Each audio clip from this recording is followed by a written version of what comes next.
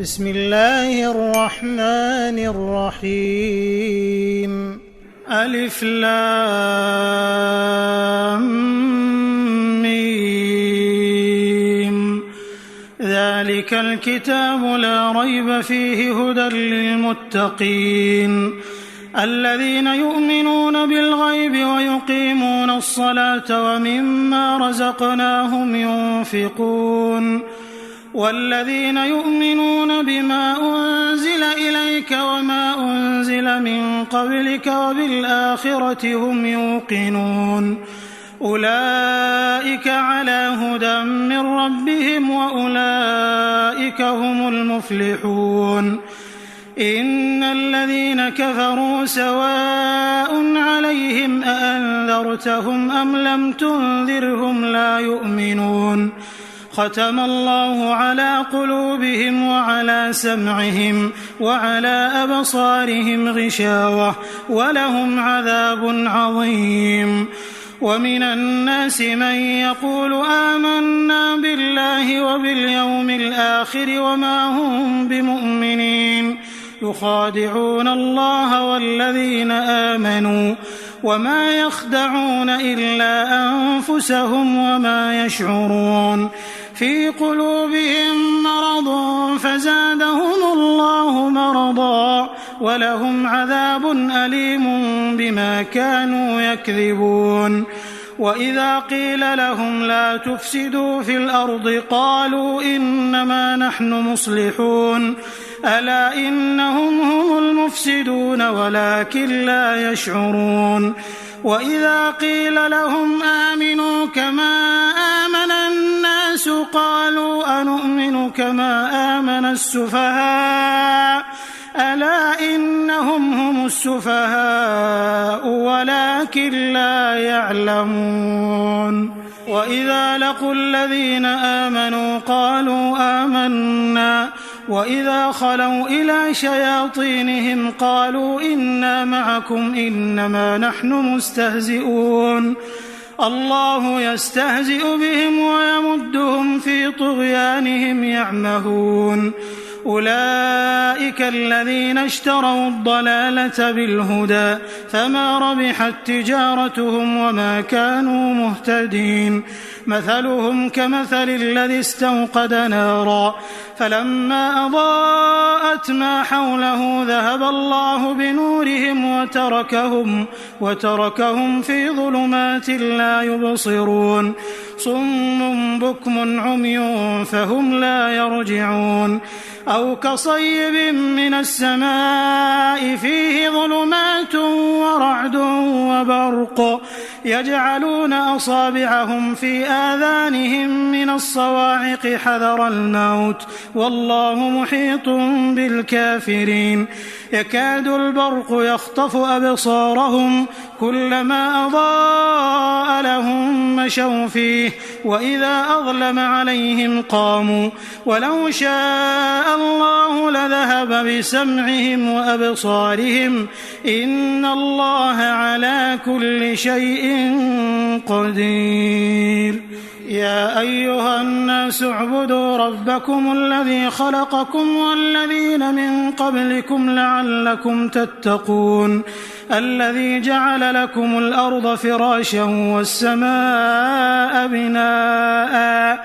وأنزل من السماء ماء فأخرج به من الثمرات رزقا لكم فلا تجعلوا لله أندادا وأنتم تعلمون. وإن كنتم في ريب مما نزلنا على عبدنا فأتوا بسورة من مثله وادعوا شهداءكم من دون الله إن كنتم صادقين. فإن لم تفعلوا ولن تفعلوا فاتقوا النار التي وقودها الناس والحجارة أعدت للكافرين. وبشر الذين آمنوا وعملوا الصالحات أن لهم جنات تجري من تحتها الأنهار كلما رزقوا منها من ثمرة رزقا قالوا هذا الذي رزقنا من قبل وأتوا به متشابها ولهم فيها أزواج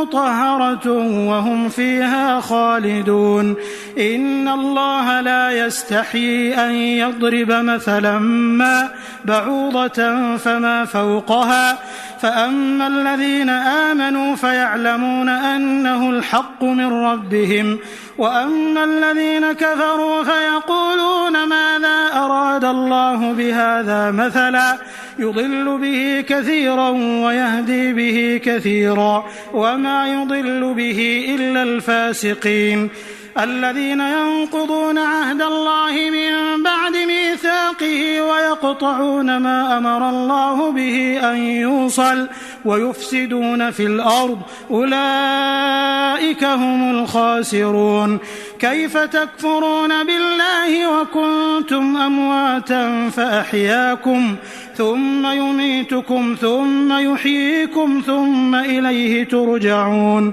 هو الذي خلق لكم ما في الأرض جميعا ثم استوى إلى السماء فسواهن 7 سماوات وهو بكل شيء عليم وإذ قال ربك للملائكة إني جاعل في الأرض خليفة قالوا أتجعل فيها من يفسد فيها ويسفك الدماء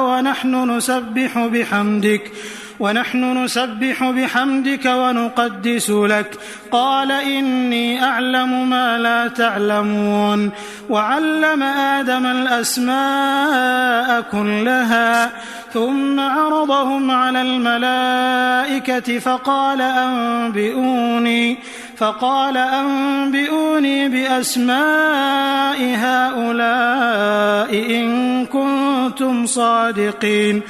قالوا سبحانك لا علم لنا إلا ما علمتنا إنك أنت العليم الحكيم قال يا آدم أنبئهم بأسمائهم فلما أنبأهم بأسمائهم قال ألم أقل لكم إني أعلم غيب السماوات والأرض وأعلم ما تبدون وما كنتم تكتمون وإذ قلنا للملائكة اسجدوا لآدم فسجدوا إلا إبليس أبى واستكبر وكان من الكافرين وقلنا يا آدم اسكن أنت وزوجك الجنة وكلا منها رغدا حيث شئتما ولا تقربا هذه الشجرة فتكونا من الظالمين فأزلهما الشيطان عنها فأخرجهما مما كانا فيه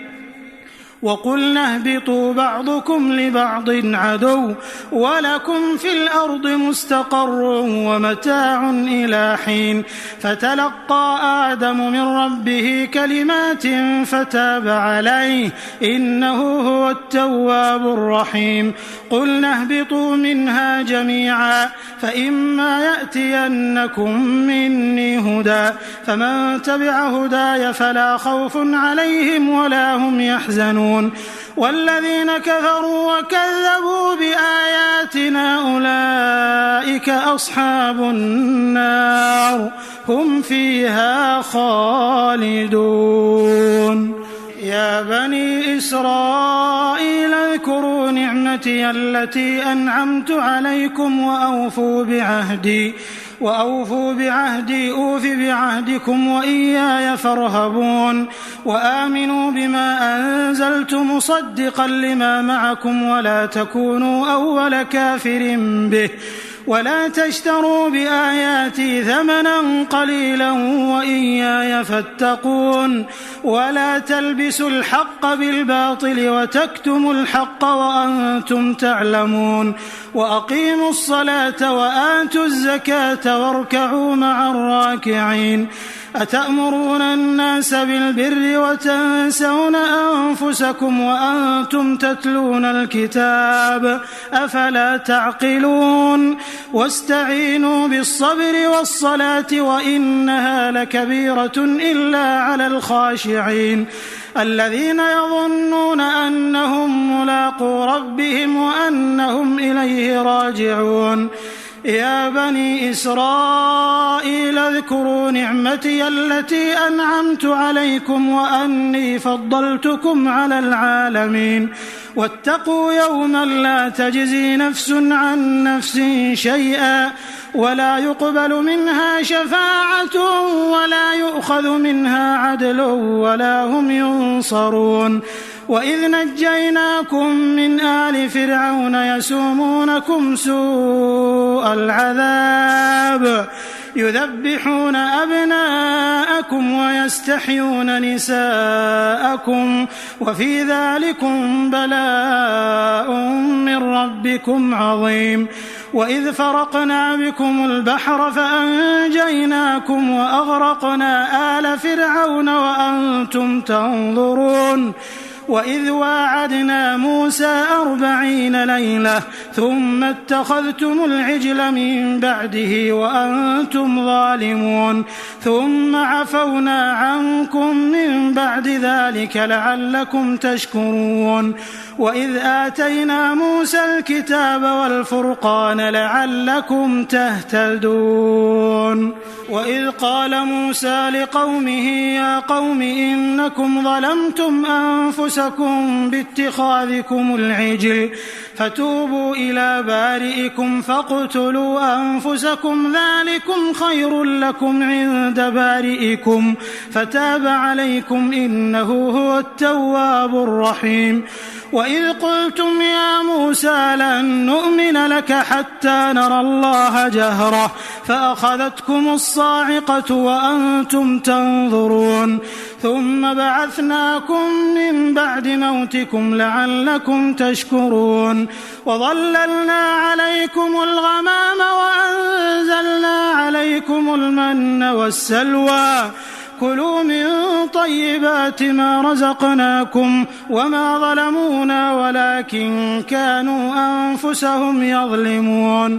وإذ قلنا ادخلوا هذه القرية فكلوا منها حيث شئتم رغدا وادخلوا الباب سجدا وقولوا حطة نغفر لكم خطاياكم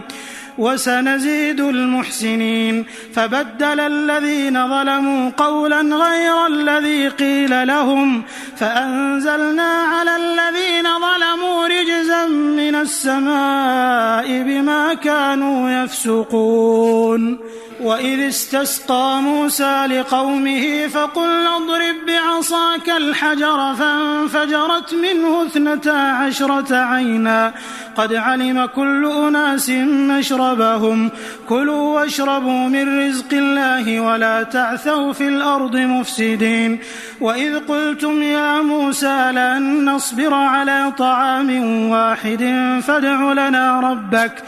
فادع لنا ربك يخرج لنا مما تنبت الأرض من بقلها وقثائها وفومها وعدسها وبصلها قال أتستبدلون الذي هو أدنى بالذي هو خير اهبطوا مصرا فإن لكم ما سألتم وضربت عليهم الذلة والمسكنة وباءوا بغضب من الله ذلك بأنهم كانوا يكفرون بآيات الله ويقتلون النبيين بغير الحق ذلك بما عصوا وكانوا يعتدون إن الذين آمنوا والذين هادوا والنصارى والصابئين من آمن بالله واليوم الآخر وعمل صالحا فلهم أجرهم عند ربهم ولا خوف عليهم ولا هم يحزنون وإذ أخذنا ميثاقكم ورفعنا فوقكم الطور خذوا ما آتيناكم بقوة واذكروا ما فيه لعلكم تتقون ثم توليتم من بعد ذلك فلولا فضل الله عليكم ورحمته لكنتم من الخاسرين ولقد علمتم الذين اعتدوا منكم في السبت فقلنا لهم كونوا قردة خاسئين فجعلناها نكالا لما بين يديها وما خلفها وموعظة للمتقين. وإذ قال موسى لقومه إن الله يأمركم أن تذبحوا بقرة قالوا أتتخذنا هزوا قال أعوذ بالله أن أكون من الجاهلين قالوا ادع لنا ربك يبين لنا ما هي قال إنه يقول إنها بقرة لا فارض ولا بكر عوان بين ذلك فافعلوا ما تؤمرون قالوا ادع لنا ربك يبين لنا ما لونها قال إنه يقول إنها بقرة صفراء فاقع لونها تسر الناظرين قالوا ادع لنا ربك يبين لنا ما هي إن البقرة شابه علينا وإنا إن شاء الله لمهتدون قال إنه يقول إنها بقرة لا ذلول تثير الأرض ولا تسقي الحرث مسلمة لا شية فيها قالوا الآن جئت بالحق فذبحوها وما كادوا يفعلون وإذ قتلتم نفسا فادارأتم فيها والله مخرج ما كنتم تكتمون فقلنا اضربوه ببعضها كذلك يحيي الله الموتى ويريكم آياته لعلكم تعقلون ثم قست قلوبكم من بعد ذلك فهي كالحجارة أو أشد قسوة وإن من الحجارة لما يتفجر منه الأنهار وإن منها لما يشقق فيخرج منه الماء وإن منها لما يهبط من خشية الله وما الله بغافل عما تعملون أفتطمعون أن يؤمنوا لكم وقد كان فريق منهم يسمعون كلام الله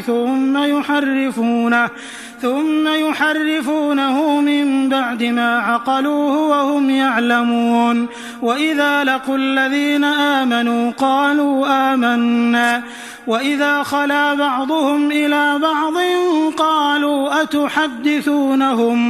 قالوا أتحدثونهم بما فتح الله عليكم ليحاجوكم به عند ربكم أفلا تعقلون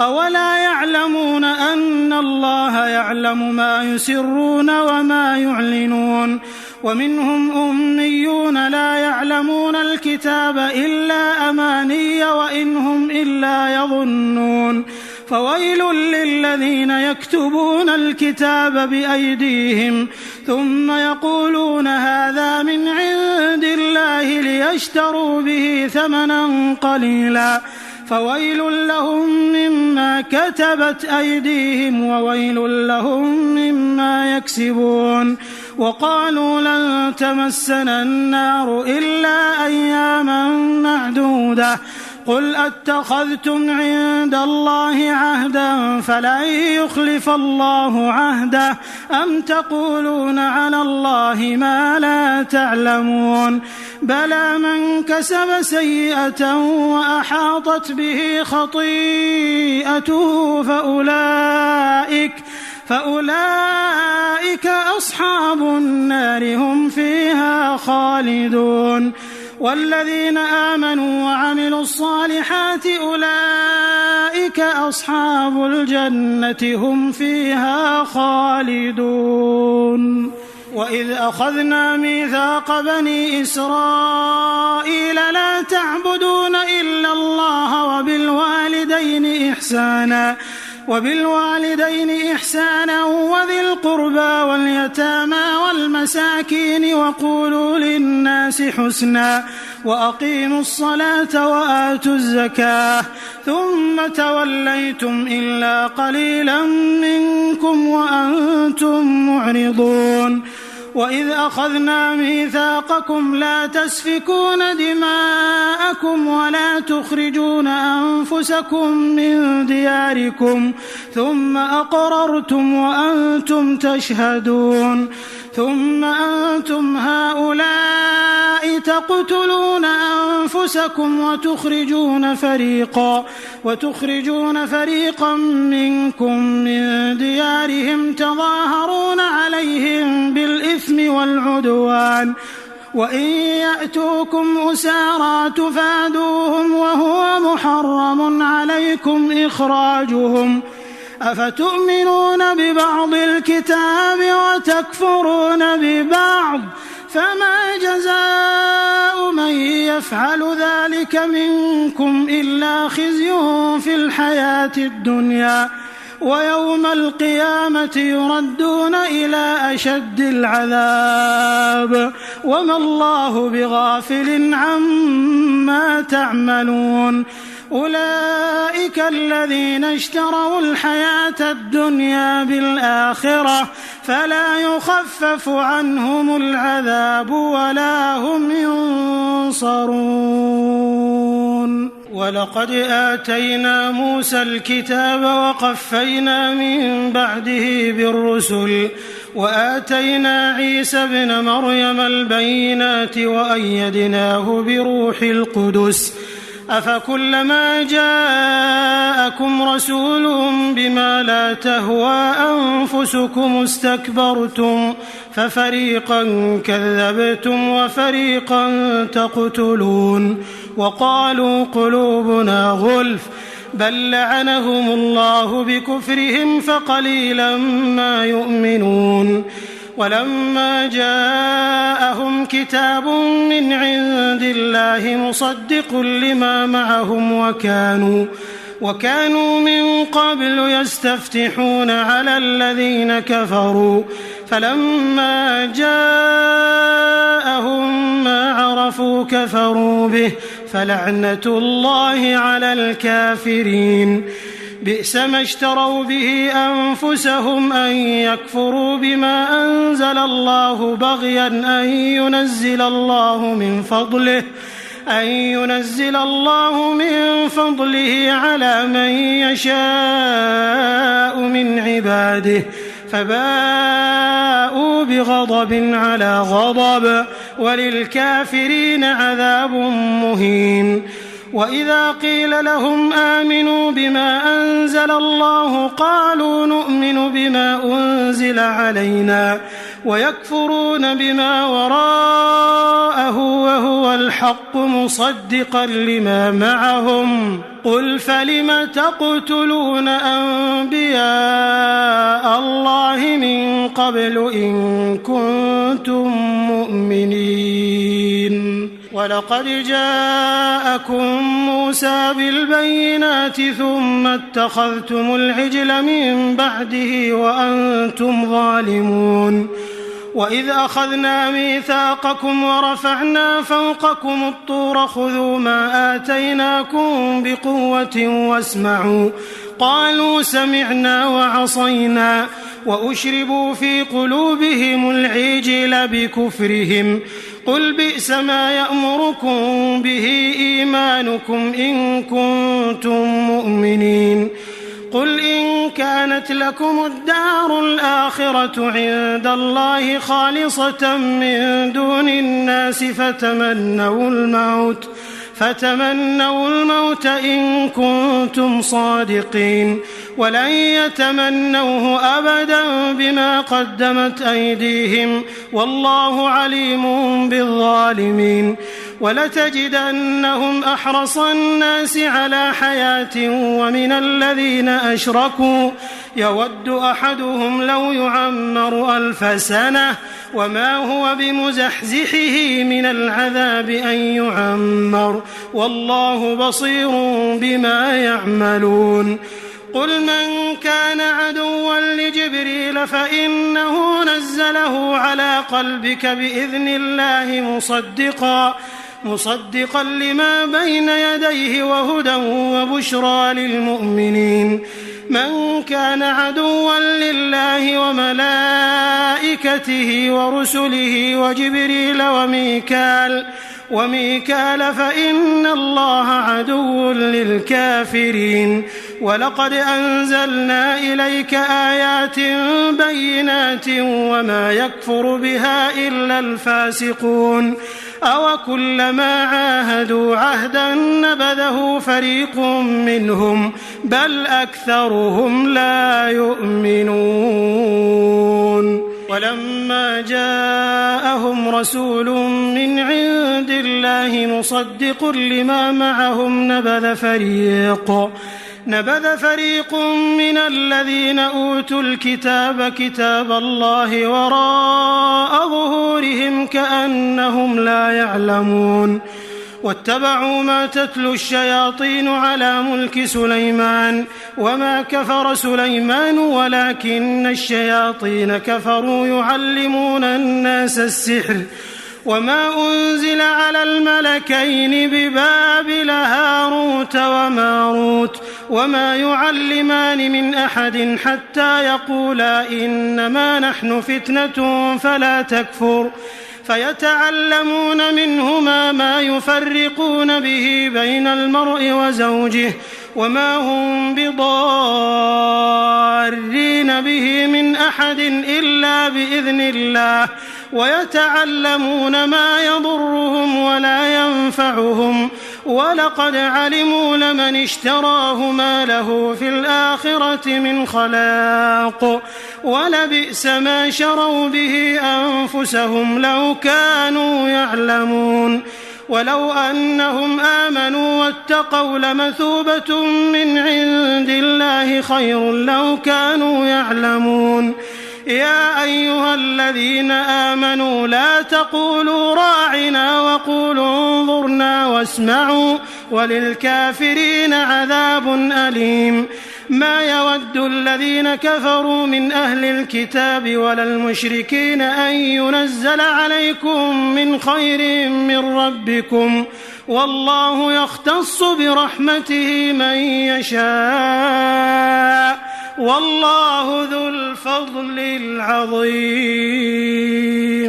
ما ننسخ من آية أو ننسها نأت بخير منها أو مثلها ألم تعلم أن الله على كل شيء قدير ألم تعلم أن الله له ملك السماوات والأرض وما لكم من دون الله من ولي ولا نصير أم تريدون أن تسألوا رسولكم كما سئل موسى من قبل ومن يتبدل الكفر بالإيمان فقد ضل سواء السبيل ود كثير من أهل الكتاب لو يردونكم من بعد إيمانكم كفارا حسدا من عند أنفسهم من بعد ما تبين لهم الحق فاعفوا واصفحوا حتى يأتي الله بأمره إن الله على كل شيء قدير وأقيموا الصلاة وآتوا الزكاة وما تقدموا لأنفسكم من خير تجدوه عند الله إن الله بما تعملون بصير وقالوا لن يدخل الجنة إلا من كان هودا أو نصارى تلك أمانيهم قل هاتوا برهانكم إن كنتم صادقين بلى من أسلم وجهه لله وهو محسن فله أجره عند ربه فله أجره عند ربه ولا خوف عليهم ولا هم يحزنون. وقالت اليهود ليست النصارى على شيء وهم يتلون الكتاب كذلك قال الذين لا يعلمون مثل قولهم فالله يحكم بينهم يوم القيامة فيما كانوا فيه يختلفون. ومن أظلم ممن منع مساجد الله أن يذكر فيها اسمه وسعى في خرابها أولئك ما كان لهم أن يدخلوها إلا خائفين لهم في الدنيا خزي ولهم في الآخرة عذاب عظيم. ولله المشرق والمغرب فأينما تولوا فثم وجه الله إن الله واسع عليم. وقالوا اتخذ الله ولدا سبحانه بل له ما في السماوات والأرض كل له قانتون بديع السماوات والأرض وإذا قضى أمرا فإنما يقول له كن فيكون. وقال الذين لا يعلمون لولا يكلمنا الله أو تأتينا آية كذلك قال الذين من قبلهم مثل قولهم تشابهت قلوبهم قد بينا الآيات لقوم يوقنون. إنا أرسلناك بالحق بشيرا ونذيرا ولا تسأل عن أصحاب الجحيم. ولن ترضى عنك اليهود ولا النصارى حتى تتبع ملتهم قل إن هدى الله هو الهدى ولئن اتبعت أهواءهم بعد الذي جاءك من العلم ما لك من الله من ولي ولا نصير. الذين آتيناهم الكتاب يتلونه حق تلاوته أولئك يؤمنون به ومن يكفر به فأولئك هم الخاسرون.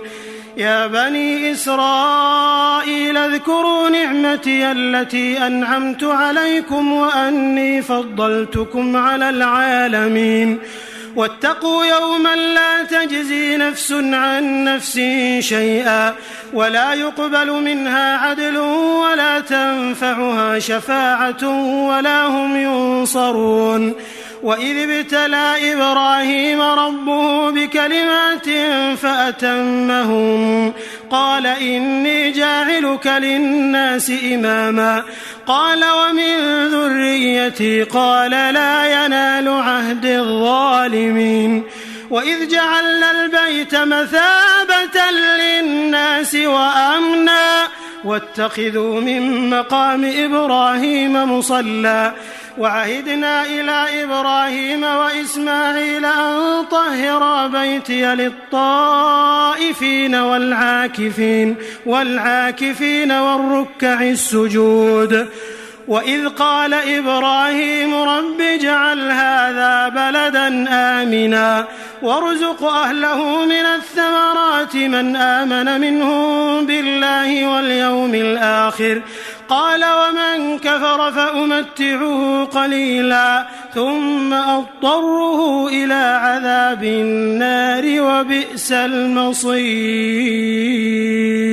وإذ يرفع إبراهيم القواعد من البيت وإسماعيل ربنا تقبل منا إنك أنت السميع العليم. ربنا واجعلنا مسلمين لك ومن ذريتنا أمة مسلمة لك وأرنا مناسكنا وتب علينا إنك أنت التواب الرحيم. ربنا وابعث فيهم رسولا منهم يتلو عليهم آياتك ويعلمهم الكتاب والحكمة ويزكيهم إنك أنت العزيز الحكيم. ومن يرغب عن ملة إبراهيم إلا من سفه نفسه ولقد اصطفيناه في الدنيا وإنه في الآخرة لمن الصالحين إذ قال له ربه أسلم قال أسلمت لرب العالمين ووصى بها إبراهيم بنيه ويعقوب يا بني إن الله اصطفى لكم الدين فلا تموتن إلا وأنتم مسلمون أم كنتم شهداء إذ حضر يعقوب الموت إذ قال لبنيه ما تعبدون من بعدي قالوا نعبد إلهك وإله آبائك إبراهيم وإسماعيل وإسحاق إلها واحدا ونحن له مسلمون تلك أمة قد خلت لها ما كسبت ولكم ما كسبتم ولا تسألون عما كانوا يعملون وقالوا كونوا هودا أو نصارى تهتدوا قل بل ملة إبراهيم حنيفا وما كان من المشركين قولوا آمنا بالله وما أنزل إلينا وما أنزل إلى إبراهيم وإسماعيل وإسحاق ويعقوب والأسباط وما أوتي موسى وعيسى وما أوتي النبيون من ربهم لا نفرق بين أحد منهم ونحن له مسلمون فإن آمنوا بمثل ما آمنتم به فقد اهتدوا وإن تولوا فإنما هم في شقاق فسيكفيكهم الله وهو السميع العليم صبغة الله ومن أحسن من الله صبغة ونحن له عابدون قل أتحاجوننا في الله وهو ربنا وربكم ولنا أعمالنا ولكم أعمالكم ونحن له مخلصون أم تقولون إن إبراهيم وإسماعيل وإسحاق ويعقوب والأسباط كانوا هودا أو نصارى قل أأنتم أعلم أم الله ومن أظلم ممن كتم شهادة عنده من الله وما الله بغافل عما تعملون تلك أمة قد خلت لها ما كسبت ولكم ما كسبتم ولا تسألون عما كانوا يعملون سيقول السفهاء من الناس ما ولاهم عن قبلتهم التي كانوا عليها قل لله المشرق والمغرب يهدي من يشاء إلى صراط مستقيم وكذلك جعلناكم أمة وسطا لتكونوا شهداء على الناس ويكون الرسول عليكم شهيدا وما جعلنا القبلة التي كنت عليها إلا لنعلم من يتبع الرسول ممن ينقلب على عقبيه وإن كانت لكبيرة إلا على الذين هدى الله وما كان الله ليضيع إيمانكم إن الله بالناس لرؤوف رحيم قد نرى تقلب وجهك في السماء فلنولينك قبلة ترضاها فول وجهك شطر المسجد الحرام وحيث ما كنتم فولوا وجوهكم شطره وإن الذين أوتوا الكتاب ليعلمون أنه الحق من ربهم وما الله بغافل عما يعملون ولئن أتيت الذين أوتوا الكتاب بكل آية ما تبعوا قبلتك وما أنت بتابع قبلتهم وما بعضهم بتابع قبلة بعض ولئن اتبعت أهواءهم من بعد ما جاءك من العلم إنك إذا لمن الظالمين الذين آتيناهم الكتاب يعرفونه كما يعرفون أبناءهم وإن فريقا منهم ليكتمون الحق وهم يعلمون الحق من ربك فلا تكونن من الممترين ولكل وجهة هو موليها فاستبقوا الخيرات أينما تكونوا يأت بكم الله جميعا إن الله على كل شيء قدير ومن حيث خرجت فول وجهك شطر المسجد الحرام وإنه للحق من ربك وما الله بغافل عما تعملون ومن حيث خرجت فول وجهك شطر المسجد الحرام وحيث ما كنتم فولوا وجوهكم شطره لئلا يكون للناس عليكم حجة إلا الذين ظلموا منهم فلا تخشوهم واخشوني ولأتم نعمتي عليكم ولعلكم تهتدون كما أرسلنا فيكم رسولا منكم يتلو عليكم آياتنا ويزكيكم ويعلمكم الكتاب والحكمة ويعلمكم ما لم تكونوا تعلمون فاذكروني أذكركم واشكروا لي ولا تكفرون يا أيها الذين آمنوا استعينوا بالصبر والصلاة إن الله مع الصابرين ولا تقولوا لمن يقتل في سبيل الله أموات بل أحياء ولكن لا تشعرون ولنبلونكم بشيء من الخوف والجوع ونقص من الأموال والأنفس والثمرات وبشر الصابرين الذين إذا أصابتهم مصيبة قالوا إنا لله وإنا إليه راجعون أولئك عليهم صلوات من ربهم ورحمة وأولئك هم المهتدون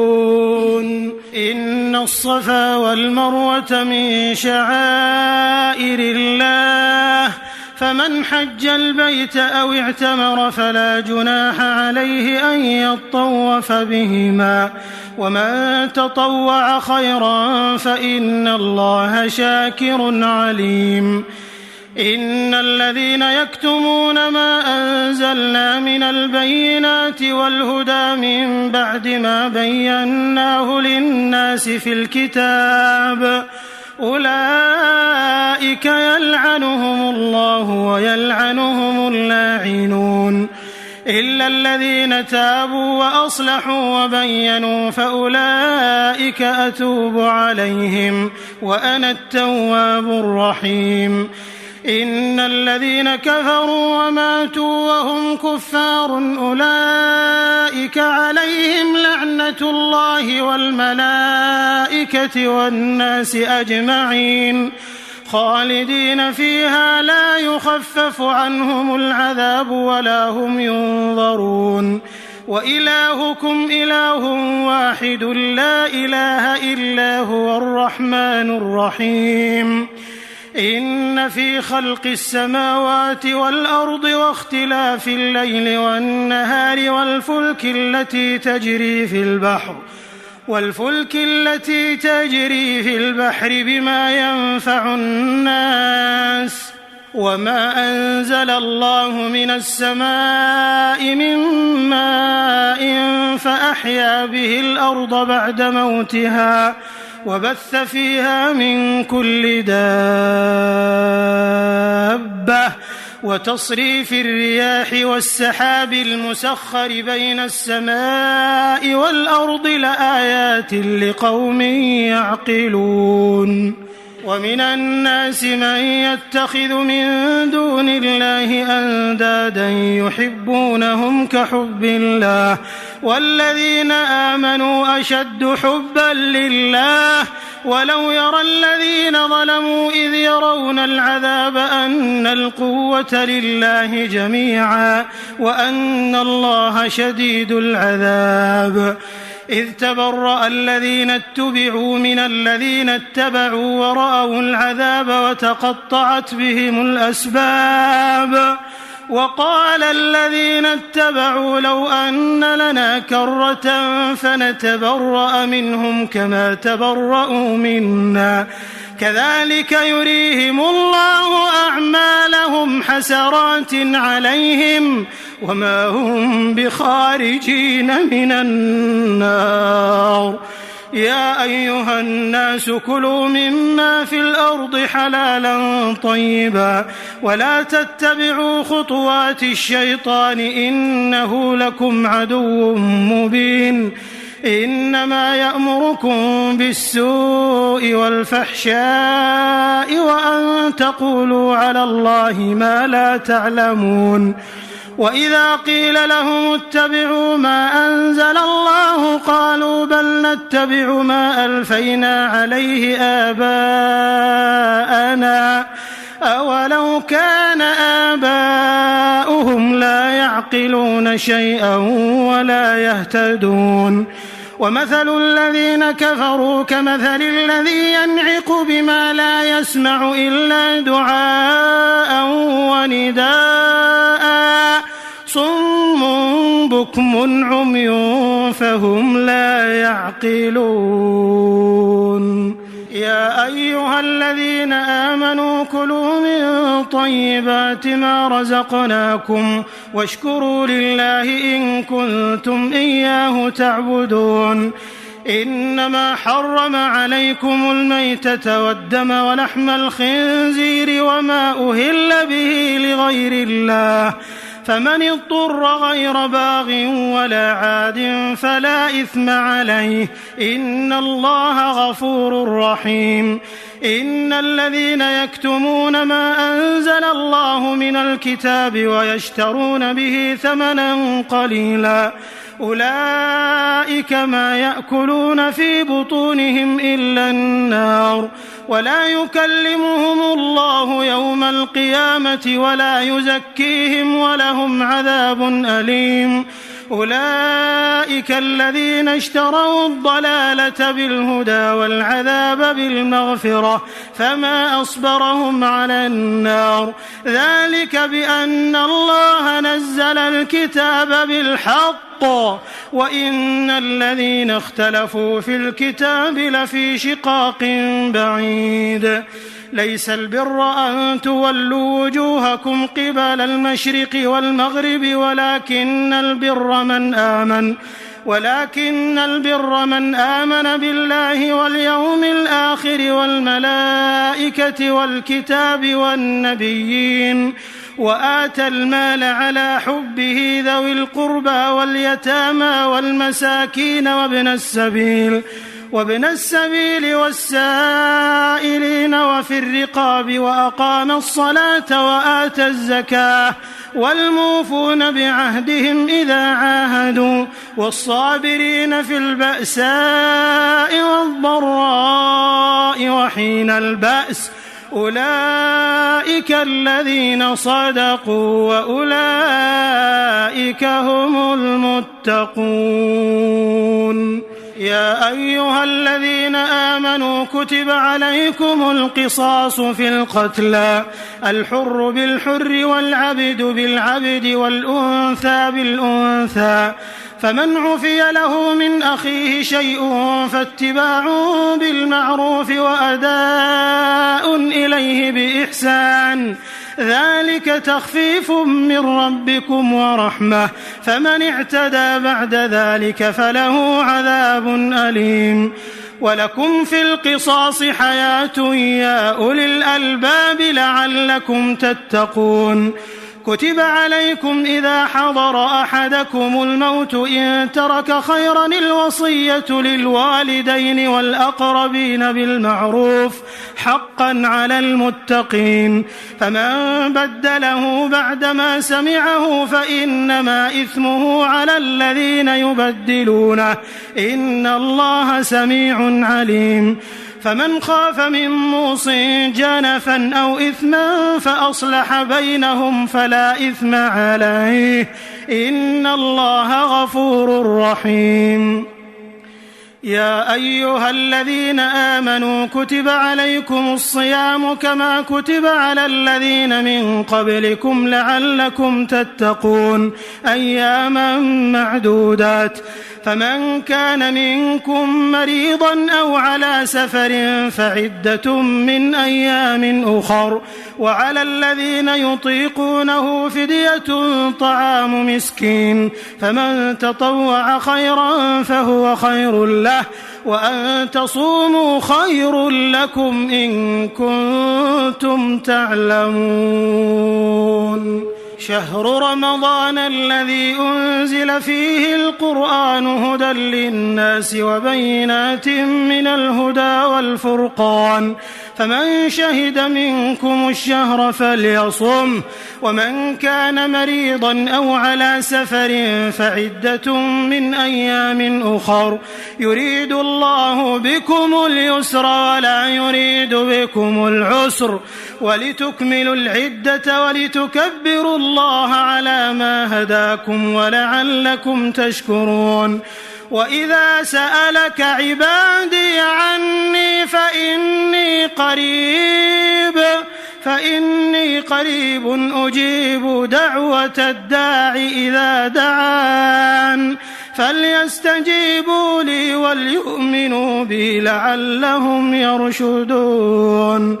أحل لكم ليلة الصيام الرفث إلى نسائكم هن لباس لكم وأنتم لباس لهن علم الله أنكم كنتم تختانون أنفسكم فتاب عليكم وعفى عنكم فالآن باشروهن وابتغوا ما كتب الله لكم وكلوا واشربوا حتى يتبين لكم الخيط الأبيض من الخيط الأسود من الفجر ثم أتموا الصيام إلى الليل ولا تباشروهن وأنتم عاكفون في المساجد تلك حدود الله فلا تقربوها كذلك يبين الله آياته للناس لعلهم يتقون. ولا تأكلوا أموالكم بينكم بالباطل وتدلوا بها إلى الحكام لتأكلوا فريقا من أموال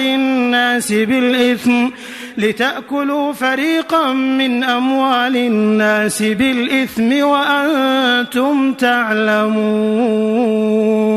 يسألونك عن الأهلة قل هي مواقيت للناس والحج وليس البر بأن تأتوا البيوت من ظهورها ولكن البر من اتقى وأتوا البيوت من أبوابها واتقوا الله لعلكم تفلحون. وقاتلوا في سبيل الله الذين يقاتلونكم ولا تعتدوا إن الله لا يحب المعتدين. وقتلوهم حيث ثقفتموهم وأخرجوهم من حيث أخرجوكم والفتنة أشد من القتل ولا تقاتلوهم عند المسجد الحرام حتى يقاتلوكم فيه فإن قاتلوكم فاقتلوهم كذلك جزاء الكافرين. فإن انتهوا فإن الله غفور رحيم. وقاتلوهم حتى لا تكون فتنة ويكون الدين لله فإن انتهوا فلا عدوان إلا على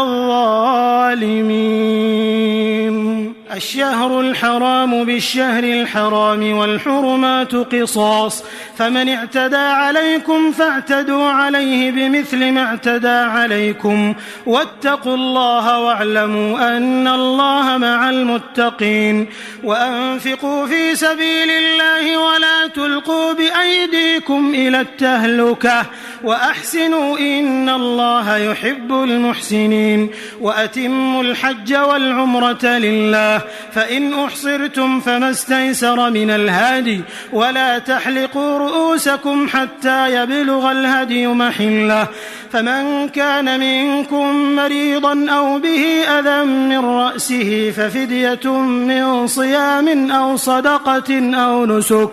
فإذا أمنتم فمن تمتع بالعمرة إلى الحج فما استيسر من الهدي فمن لم يجد فصيام 3 أيام في الحج و7 إذا رجعتم تلك 10 كاملة ذلك لمن لم يكن أهله حاضر المسجد الحرام واتقوا الله واعلموا أن الله شديد العقاب الحج أشهر معلومات فمن فرض فيهن الحج فلا رفث ولا فسوق ولا جدال في الحج وما تفعلوا من خير يعلمه الله وتزودوا فإن خير الزاد التقوى واتقون يا أولي الألباب ليس عليكم جناح أن تبتغوا فضلا من ربكم فإذا أفضتم من عرفات فاذكروا الله عند المشعر الحرام واذكروه كما هداكم وإن كنتم من قبله لمن الضالين ثم أفيضوا من حيث أفاض الناس واستغفروا الله إن الله غفور رحيم فإذا قضيتم مناسككم فاذكروا الله كذكركم آباءكم أو أشد ذكرا فمن الناس من يقول ربنا آتنا في الدنيا وما له في الآخرة من خلاق ومنهم من يقول ربنا آتنا في الدنيا حسنة وفي الآخرة حسنة وقنا عذاب النار أولئك لهم نصيب مما كسبوا والله سريع الحساب واذكروا الله في أيام معدودات فمن تعجل في يومين فلا إثم عليه ومن تأخر فلا إثم عليه لمن اتقى واتقوا الله واعلموا أنكم إليه تحشرون ومن الناس من يعجبك قوله في الحياة الدنيا ويشهد الله على ما في قلبه وهو ألد الخصام وإذا تولى سعى في الأرض ليفسد فيها ويهلك الحرث والنسل والله لا يحب الفساد وإذا قيل له اتق الله أخذته العزة بالإثم فحسبه جهنم ولبئس المهاد ومن الناس من يشري نفسه ابتغاء مرضات الله والله رؤوف بالعباد يا أيها الذين آمنوا ادخلوا في السلم كافة ولا تتبعوا خطوات الشيطان إنه لكم عدو مبين فإن زللتم من بعد ما جاءتكم البينات فاعلموا أن الله عزيز حكيم هل ينظرون إلا أن يأتيهم الله في ظلل من الغمام والملائكة وقضي الأمر وإلى الله ترجع الأمور سل بني إسرائيل كم آتيناهم من آية بينة ومن يبدل نعمة الله من بعد ما جاءته فإن الله شديد العقاب زين للذين كفروا الحياة الدنيا ويسخرون من الذين آمنوا والذين اتقوا فوقهم يوم القيامة والله يرزق من يشاء بغير حساب كان الناس أمة واحدة فبعث الله النبيين مبشرين ومنذرين وأنزل معهم الكتاب بالحق ليحكم بين الناس فيما اختلفوا فيه وما اختلف فيه إلا الذين أوتوه من بعد ما جاءتهم البينات بغيا بينهم فهدى الله الذين آمنوا لما اختلفوا فيه من الحق بإذنه والله يهدي من يشاء إلى صراط مستقيم. أم حسبتم أن تدخلوا الجنة ولما يأتكم مثل الذين خلوا من قبلكم مستهم البأساء والضراء وزلزلوا حتى يقول الرسول والذين آمنوا معه متى نصر الله ألا إن نصر الله قريب. يسألونك ماذا ينفقون قل ما أنفقتم من خير فللوالدين والأقربين واليتامى والمساكين وابن السبيل وما تفعلوا من خير فإن الله به عليم. كتب عليكم القتال وهو كره لكم وعسى أن تكرهوا شيئا وهو خير لكم وعسى أن تحبوا شيئا وهو شر لكم والله يعلم وأنتم لا تعلمون. يسألونك عن الشهر الحرام قتال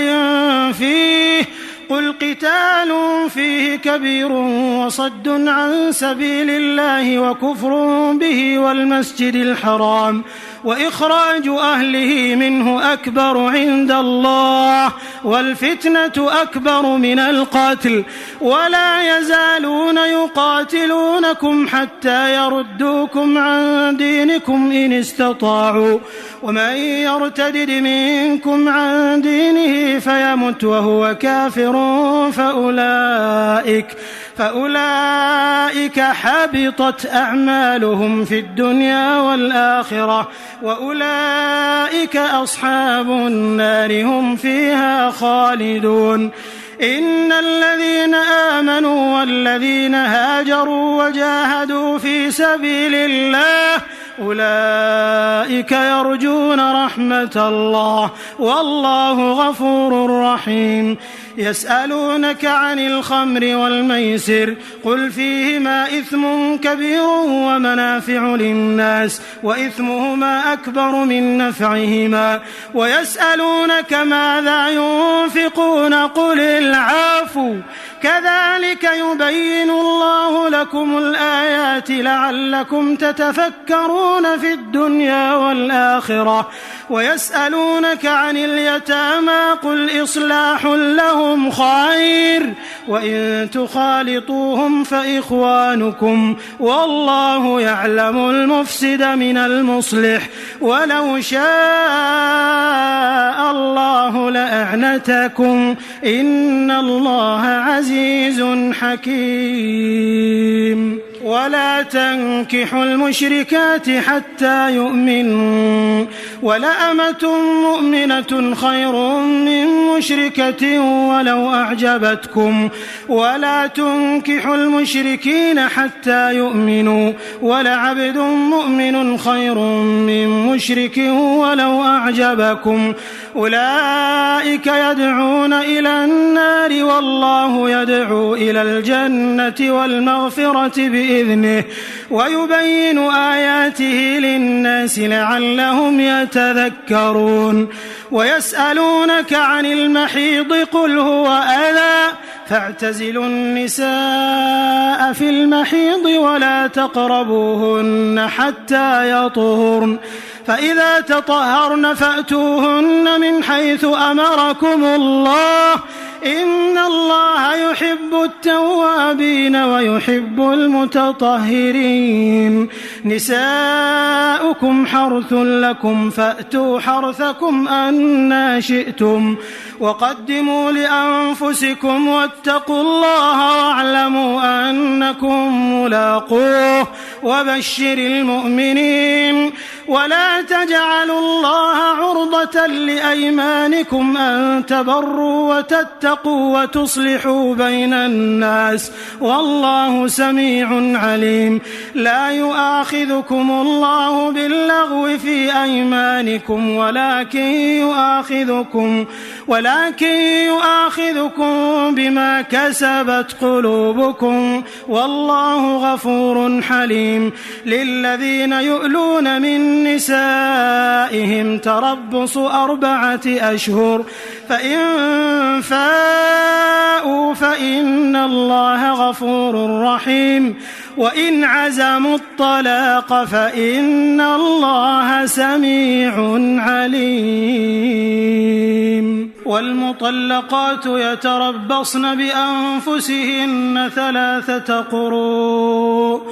ولا يحل لهن أن يكتمن ما خلق الله في أرحامهن إن كن يؤمن بالله واليوم الآخر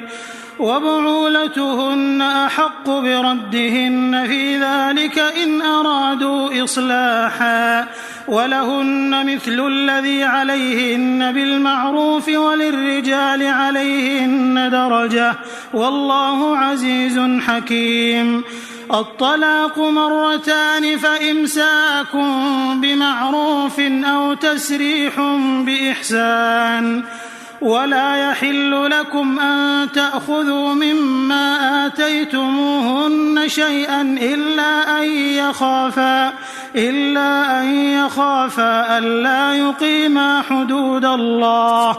فإن خفتم ألا يقيما حدود الله فلا جناح عليهما فيما افتدت به تلك حدود الله فلا تعتدوها ومن يتعد حدود الله فأولئك هم الظالمون.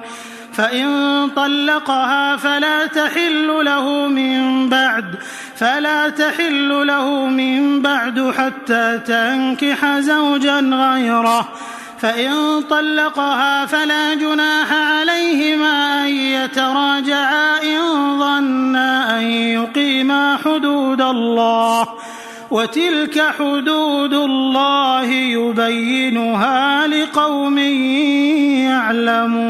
يعلمون. وإذا طلقتم النساء فبلغن أجلهن فأمسكوهن بمعروف أو سرحوهن بمعروف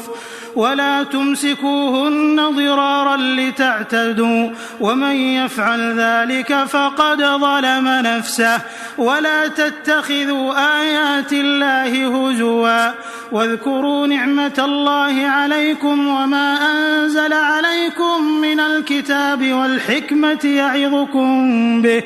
واتقوا الله واعلموا أن الله بكل شيء عليم.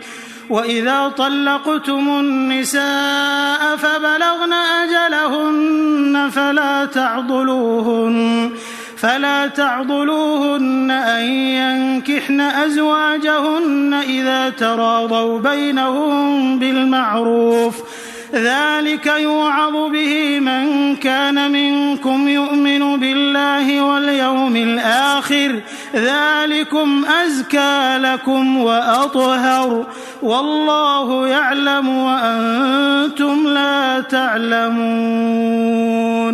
والوالدات يرضعن أولادهن حولين كاملين لمن أراد أن يتم الرضاعة وعلى المولود له رزقهن وكسوتهن بالمعروف لا تكلف نفس إلا وسعها لا تضار والدة بولدها ولا مولود له بولده وعلى الوارث مثل ذلك فإن أرادا فصالا عن تراض منهما وتشاور فلا جناح عليهما وإن أردتم أن تسترضعوا أولادكم فلا جناح عليكم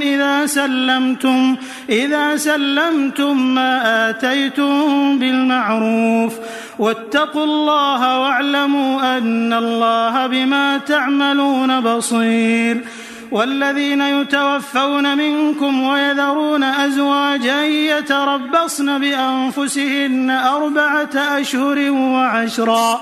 فإذا بلغن أجلهن فلا جناح عليكم فيما فعلن في أنفسهن بالمعروف والله بما تعملون خبير. ولا جناح عليكم فيما عرضتم به من خطبة النساء أو أكننتم في أنفسكم علم الله أنكم ستذكرونهن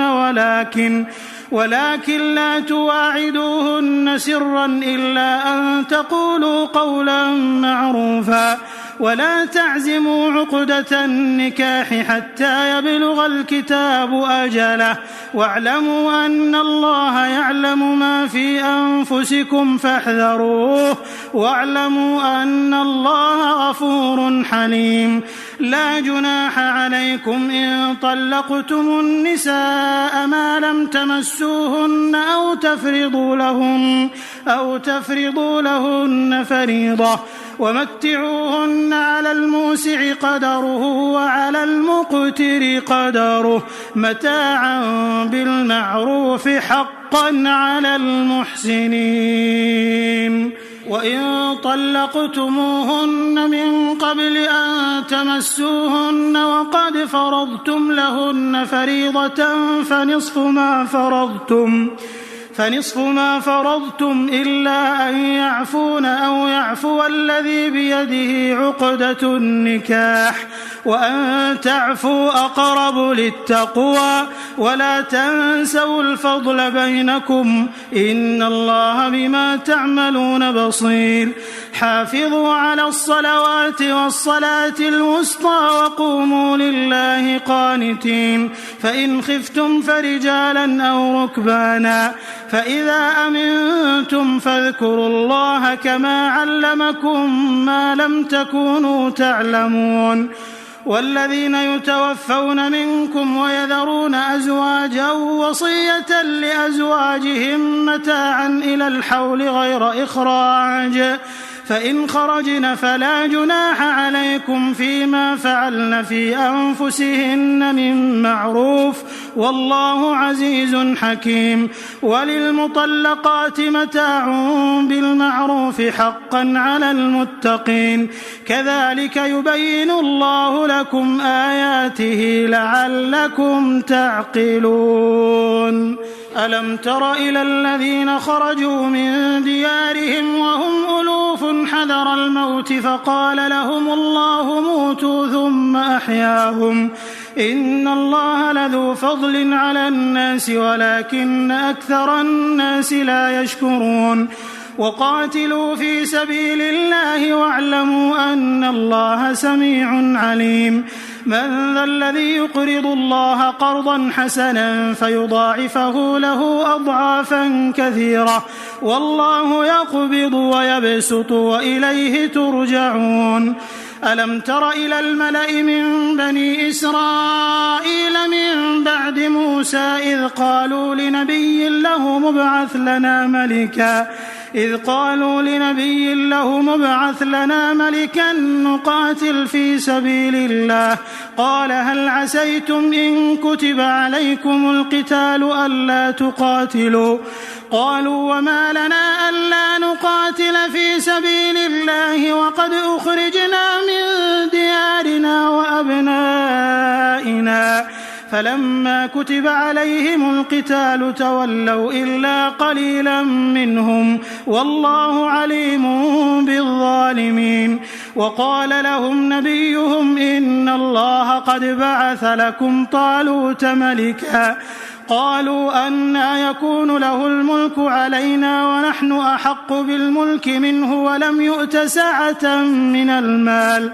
قال إن الله اصطفاه عليكم وزاده بسطة في العلم والجسم والله يؤتي ملكه من يشاء والله واسع عليم. وقال لهم نبيهم إن آية ملكه أن يأتيكم التابوت فيه سكينة من ربكم وبقية مما ترك آل موسى وآل هارون تحمله الملائكة إن في ذلك لآية لكم إن كنتم مؤمنين. فلما فصل طالوت بالجنود قال إن الله مبتليكم بنهر فمن شرب منه فليس مني ومن لم يطعمه فإنه مني إلا من اغترف غرفة بيده فشربوا منه إلا قليلا منهم. فلما جاوزه هو والذين آمنوا معه قالوا لا طاقة لنا اليوم بجالوت وجنوده. قال الذين يظنون أنهم ملاقو الله كم من فئة قليلة غلبت فئة كثيرة بإذن الله والله مع الصابرين. ولما برزوا لجالوت وجنوده قالوا ربنا أفرغ علينا صبرا وثبت أقدامنا وانصرنا على القوم الكافرين. فهزموهم بإذن الله وقتل داود جالوت وآتاه الله الملك والحكمة وعلمه مما يشاء ولولا دفع الله الناس بعضهم ببعض لفسدت الأرض ولكن الله ذو فضل على العالمين. تلك آيات الله نتلوها عليك بالحق وإنك لمن المرسلين. تلك الرسل فضلنا بعضهم على بعض منهم من كلم الله ورفع بعضهم درجات وآتينا عيسى ابن مريم البينات وأيدناه بروح القدس ولو شاء الله ما اقتتل الذين من بعدهم من بعد ما جاءتهم البينات ولكن اختلفوا فمنهم من آمن ومنهم من كفر ولو شاء الله ما اقتتلوا ولكن الله يفعل ما يريد. يا أيها الذين آمنوا أنفقوا مما رزقناكم من قبل أن يأتي يوم لا بيع فيه ولا خلة ولا شفاعة والكافرون هم الظالمون. الله لا إله إلا هو الحي القيوم لا تأخذه سنة ولا نوم له ما في السماوات وما في الأرض. من ذا الذي يشفع عنده إلا بإذنه يعلم ما بين أيديهم وما خلفهم ولا يحيطون بشيء من علمه إلا بما شاء وسع كرسيه السماوات والأرض ولا يؤوده حفظهما وهو العلي العظيم. لا إكراه في الدين قد تبين الرشد من الغي فمن يكفر بالطاغوت ويؤمن بالله فقد استمسك بالعروة الوثقى لا انفصام لها والله سميع عليم. الله ولي الذين آمنوا يخرجهم من الظلمات إلى النور والذين كفروا أولياؤهم الطاغوت يخرجونهم من النور إلى الظلمات أولئك أصحاب النار هم فيها خالدون. ألم تر إلى الذي حاج إبراهيم في ربه أن آتاه الله الملك إذ قال إبراهيم ربي الذي يحيي ويميت قال أنا أحيي وأميت قال إبراهيم فإن الله يأتي بالشمس من المشرق فأت بها من المغرب فبهت الذي كفر والله لا يهدي القوم الظالمين. أو كالذي مر على قرية وهي خاوية على عروشها قال أنى يحيي هذه الله بعد موتها فأماته الله 100 عام ثم بعثه قال كم لبثت قال لبثت يوما أو بعض يوم قال بل لبثت 100 عام فانظر إلى طعامك وشرابك لم يتسنه وانظر إلى حمارك ولنجعلك آية للناس وانظر إلى العظام كيف ننشزها ثم نكسوها لحما فلما تبين له قال أعلم أن الله على كل شيء قدير.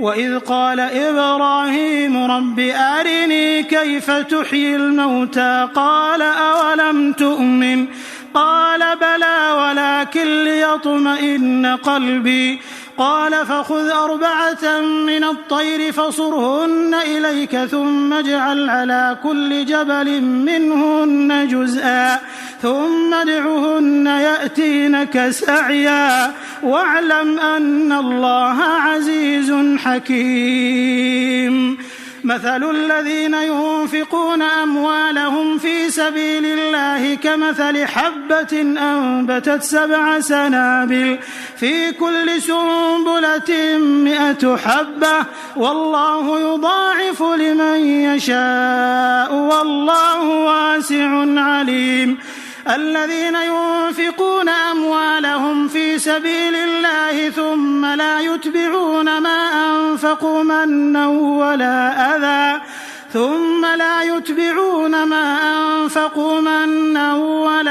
أذى لهم أجرهم عند ربهم ولا خوف عليهم ولا هم يحزنون. قول معروف ومغفرة خير من صدقة يتبعها أذى والله غني حليم. يا أيها الذين آمنوا لا تبطلوا صدقاتكم بالمن والأذى كالذي ينفق ماله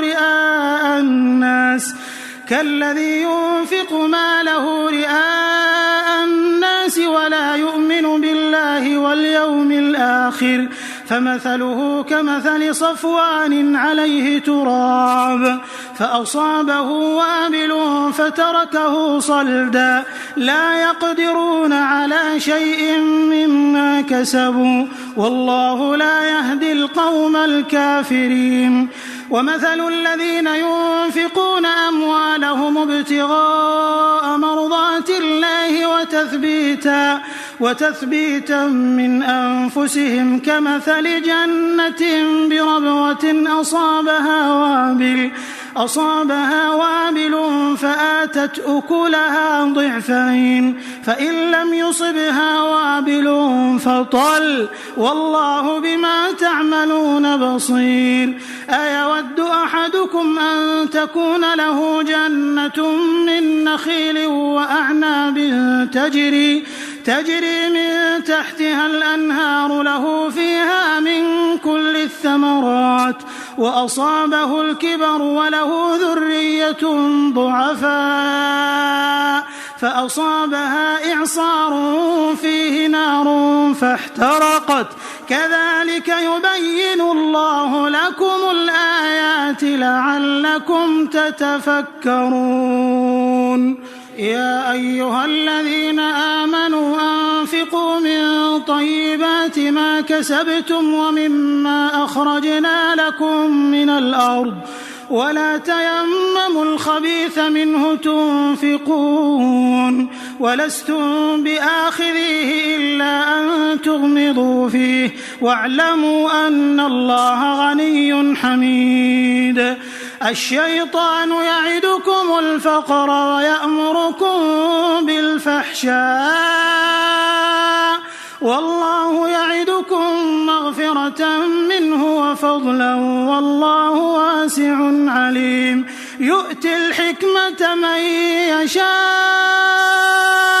ومن يؤت الحكمة فقد أوتي خيرا كثيرا وما يذكر إلا أولو الألباب وما أنفقتم من نفقة أو نذرتم من نذر فإن الله يعلمه وما للظالمين من أنصار إن تبدوا الصدقات فنعما هي وإن تخفوها وتؤتوها الفقراء فهو خير لكم ويكفر عنكم من سيئاتكم والله بما تعملون خبير ليس عليك هداهم ولكن الله يهدي من يشاء وما تنفقوا من خير فلأنفسكم وما تنفقون إلا ابتغاء وجه الله وما تنفقوا من خير يوفى إليكم وأنتم لا تظلمون للفقراء الذين أحصروا في سبيل الله لا يستطيعون ضربا في الأرض يحسبهم الجاهل أغنياء من التعفف تعرفهم بسيماهم لا يسألون الناس إلحافا وما تنفقوا من خير فإن الله به عليم الذين ينفقون أموالهم بالليل والنهار سرا وعلانية فلهم أجرهم عند ربهم ولا خوف عليهم ولا هم يحزنون الذين يأكلون الربا لا يقومون إلا كما يقوم الذي يتخبطه الشيطان من المس ذلك بأنهم قالوا إنما البيع مثل الربا وأحل الله البيع وحرم الربا فمن جاءه موعظة من ربه فانتهى فله ما سلف وأمره إلى الله ومن عاد فأولئك أصحاب النار هم فيها خالدون يمحق الله الربا ويربي الصدقات والله لا يحب كل كفار أثيم إن الذين آمنوا وعملوا الصالحات وأقاموا الصلاة وآتوا الزكاة لهم أجرهم عند ربهم ولا خوف عليهم ولا هم يحزنون يا أيها الذين آمنوا اتقوا الله وذروا ما بقي من الربا إن كنتم مؤمنين فإن لم تفعلوا فأذنوا بحرب من الله ورسوله وإن تبتم فلكم رؤوس أموالكم لا تظلمون ولا تظلمون وإن كان ذو عسرة فنظرة إلى ميسرة وأن تصدقوا خير لكم إن كنتم تعلمون واتقوا يوما ترجعون فيه إلى الله ثم توفى كل نفس ما كسبت وهم لا يظلمون يا أيها الذين آمنوا إذا تداينتم بدين إلى أجل مسمى فاكتبوه وليكتب بينكم كاتب بالعدل ولا يأب كاتب أن يكتب كما علمه الله فليكتب وليملل الذي عليه الحق وليتق الله ربه ولا يبخس منه شيئا فإن كان الذي عليه الحق سفيها أو ضعيفا أو لا يستطيع أن يمل هو فليملل وليه بالعدل واستشهدوا شهيدين من رجالكم فإن لم يكونا رجلين فرجل وامرأتان ممن ترضون ممن ترضون من الشهداء أن تضل إحداهما فتذكر إحداهما الأخرى ولا يأبى الشهداء إذا ما دعوا ولا تسأموا أن تكتبوه صغيرا أو كبيرا إلى أجله ذلكم أقسط عند الله وأقوم للشهادة وأدنى ألا ترتابوا إلا أن تكون تجارة حاضرة تديرونها بينكم فليس عليكم جناح ألا تكتبوها وأشهدوا إذا تبايعتم ولا يضار كاتب ولا شهيد وإن تفعلوا فإنه فسوق بكم واتقوا الله ويعلمكم الله والله بكل شيء عليم. وإن كنتم على سفر ولم تجدوا كاتبا فرهان مقبوضة فإن أمن بعضكم بعضا فليؤد الذي ائتمن أمانته وليتق الله ربه ولا تكتموا الشهادة ومن يكتمها فإنه آثم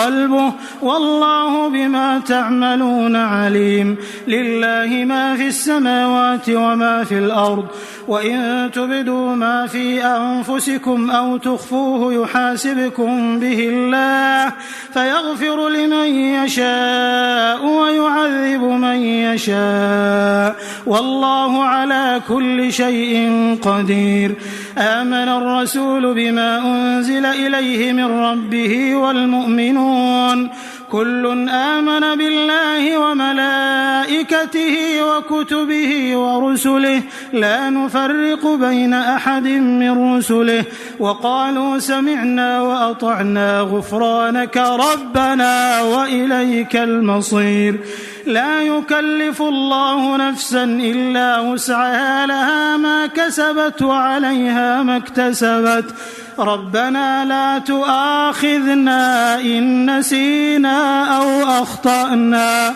ربنا ولا تحمل علينا إصرا كما حملته على الذين من قبلنا ربنا ولا تحملنا ما لا طاقة لنا به واعف عنا واغفر لنا وارحمنا أنت مولانا فانصرنا على القوم الكافرين.